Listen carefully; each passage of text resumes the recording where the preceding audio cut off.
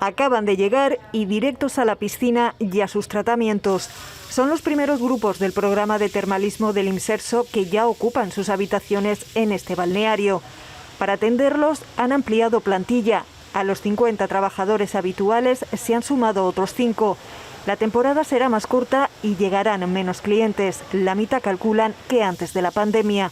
Aún así, su estancia permite a la instalación continuar con su actividad. Si no hubiéramos tenido Imserso, pues probablemente hubiéramos tenido que reducir plantilla y seguramente cerrar antes, adelantar el cierre de año, pero bueno, afortunadamente hemos tenido suerte y bueno, por lo menos podemos salvar estos meses de noviembre y diciembre ya a la espera de la nueva temporada. Algunos de estos clientes repiten, llevaban casi 2 años esperando el regreso de este programa. Ya estamos vacunados por tercera vez, dijimos pues vale.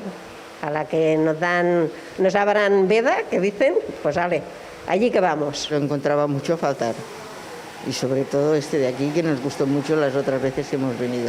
Tenía unas ganas locas por salir y volver a este programa. Los que tendrán que esperar son los que quieran disfrutar de los viajes de ocio del Imserso. Está previsto que comiencen a mediados de diciembre.